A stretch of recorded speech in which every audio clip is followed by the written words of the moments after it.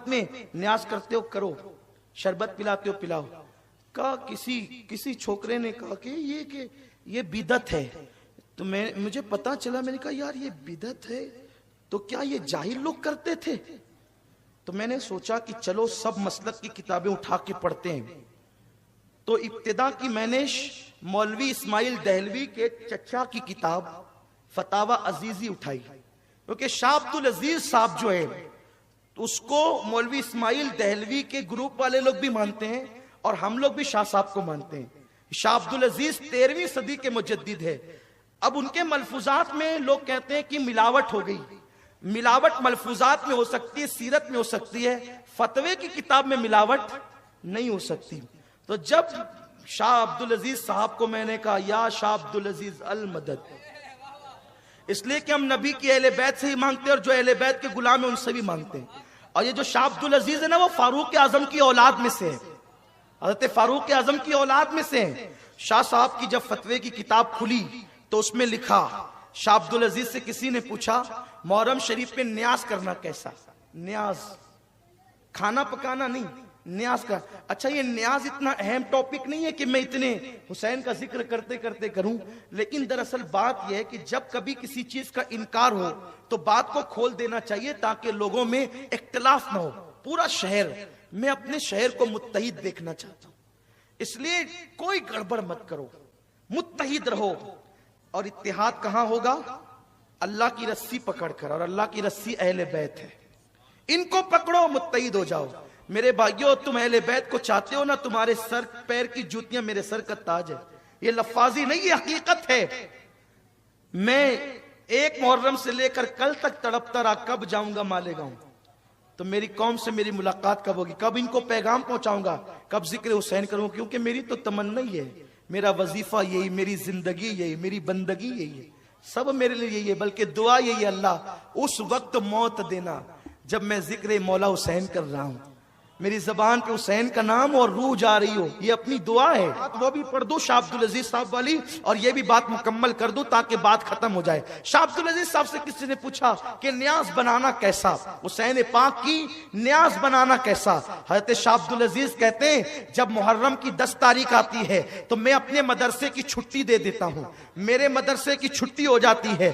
کس مدرسے کی چھٹی؟ جس میں شاہ فضل خیر آبادی جیسا امام المنطق پڑھتا ہے اور بڑے بڑے لوگ پڑھتے ہیں. کہ میں مدرسے کی چھٹی دیتا ہوں. تو مدرسے کی چھٹی آپ کیوں دیتے عاشورہ کے دن؟ اس لیے کہ وہ رسول اللہ کے دور سے محترم ہے اور پہلے سے محترم ہے. اس لیے کہ عاشورہ کی فضیلت تو یہی ہے نا کہ حضور کے دور میں بھی حضور اس کو فضیلت بیان کرتے تھے. وہ وہی دن ہے کہ نوح کی کشتی کو کنارہ ملا, آدم کی دعا قبول ہوئی. تو شاہ صاحب آپ اس لیے چھٹی دیتے کہ یہ اس لیے فرماتے اس لیے چھٹی دیتا ہوں کہ اس دن میرے آقا سیدنا امام حسین کی شہادت کا دن ہے, اور میں جب مدرسے کی چھٹی دیتا ہوں تو چھٹی دے کر طلبہ کو چھوڑ نہیں دیتا بلکہ سارے طلبہ کو جمع کرتا ہوں, اور میں اپنے ذاتی پیسے سے امام حسین کی نیاز کرتا ہوں, نیاز, اور ادھر نیاز تیار ہوتی ہے اور میں امام حسین کی شہادت پڑھتا ہوں, امام حسین کا ذکر پڑھتا ہوں, اور پھر یہ ہوتا ہے ادھر نیاز بن رہی ہے, ادھر شہادت حسین کا ذکر ہو رہا ہے. جب نیاز آ جاتی ہے فرماتے ہیں میں امام حسین کی بارگاہ میں فاتحہ پڑھتا ہوں, کھانا سامنے رکھ کر فاتحہ پڑھتا ہوں. پھر فوراً فاتحہ کے بعد کھانا نہیں ہوتا, ہم سب لوگ اٹھ کر کے کھڑے ہو جاتے ہیں, اور کھڑے ہو کر کے پھر ہم امام حسین پر اور کربلا والوں پہ سلام پڑھتے ہیں. صرف نبی پر نہیں, آل نبی پر بھی سلام پڑھتے ہیں. فرماتے ہیں جب میں حسین پر کربلا کا تصور کر کے سلام پڑھ رہا ہوتا ہوں تو اس وقت میں اپنے دل کے قریب امام حسین کو پاتا ہوں, امام حسین کی قربت محسوس کرتا ہوں. یہ شاہ عبدالعزیز صاحب, نیاز کا تصور یہاں سے, شربت کا ذکر یہاں سے ہے. امام محمد باقر رضی اللہ تبارک و تعالی عنہ, کسی نے کہا حضرت جابر آپ کے نانا کے صحابی ہیں, اسی محلے میں رہتے ہیں. کہا میں اپنے نانا کی صحابی کو دیکھنا چاہتا ہوں, زیارت کرنا چاہتا ہوں. ان سے کہو اگر وہ اجازت دے تو میں آ سکتا ہوں. اجازت ہے, آ سکتا ہوں. ایک خادم گیا, اے حضرت جابر, امام محمد باقر جو امام زین العابدین کے بیٹے ہیں نا, آپ سے ملنا چاہتے ہیں, اور وہ آپ کے محلے میں آئے ہیں.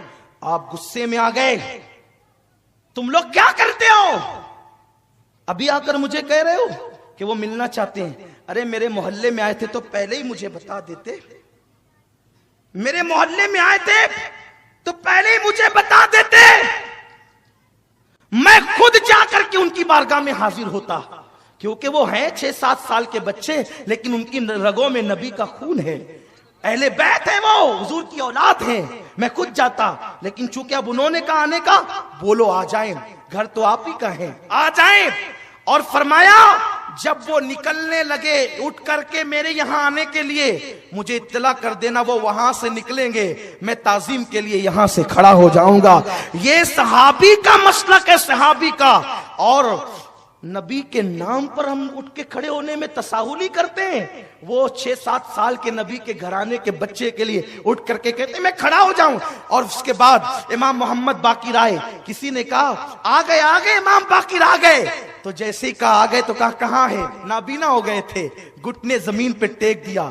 کس نے, سفید داڑھی ہے, نبی کا شاگرد ہے, صحابہ میں عالم ہے, عالم صحابہ میں عالم ہے. اللہ اکبر, اپنے گھٹنے زمین پہ رکھ دیے اور اپنے لبوں سے امام باقر کے پیر چومنے لگے. امام باقر کے پیر چومتے ہیں. امام باقر نے بمشکل اٹھایا, آپ کیا کرتے ہیں, آپ میرے نانا کے صحابیہ, کہا آپ اہل بیت ہیں, رسول کے شہزادے ہیں آپ, مجھے چومنے دے پیر. پیر چومنے لگے, اور جب اٹھ کر کے کھڑا کیا, اٹھا کر کھڑا کیا گیا تو اپنا ہاتھ لیا اور امام باقر کے سینے پہ ملنے لگے. اپنا ہاتھ لے کر امام باقر کے سینے پہ, کہاں, کپڑے کے اندر ہاتھ ڈال کر سینے پہ مل رہے ہیں. اور اس کے بعد اپنی ناک پہ ہاتھ رکھا, اپنی ناک پہ ہاتھ رکھ کر مسکرانے لگے. اس لیے کہ جو عاشق ہوتے ہیں ان کو نبی کی اولاد کے خون کی خوشبو آتی ہے. خوشبو جن کو نہیں آتی وہ اپنے عشق کو تول لے کہاں ہے. اس لیے کہ کون ہے آل نبی, کون نہیں ہے, اسی میں اٹکے ہوئے ہیں. تمہاری ناک ایمان کی بند ہے, ایمان ہو تو ناک ہو نا. خوشبو امام اہل سنت کو آئی تھی نا, آپ نے وہ واقعہ سن رکھا ہے. وقت ختم ہو رہا ہے, بلکہ ختم ہو گیا ہے, جلدی ختم کرنا ہے, 5 منٹ پہلے ہماری شرط یہ ہے, ختم ہو جائے گی گفتگو. سینے پہ ہاتھ ملا, کس نے, جابر نے. بوڑھے ہیں, علم والے, بہت بڑے عالم ہیں, صحابی حضور کے شاگرد ہیں, اور ناک پہ ہاتھ رکھ کر کے خوشبو سونگی. اور اس کے بعد کہا محمد باقر شہزادے ذرا اپنا کان میرے منہ کے پاس تو لاؤ. امام باقر نے کان لے گئے. جی فرمائیے.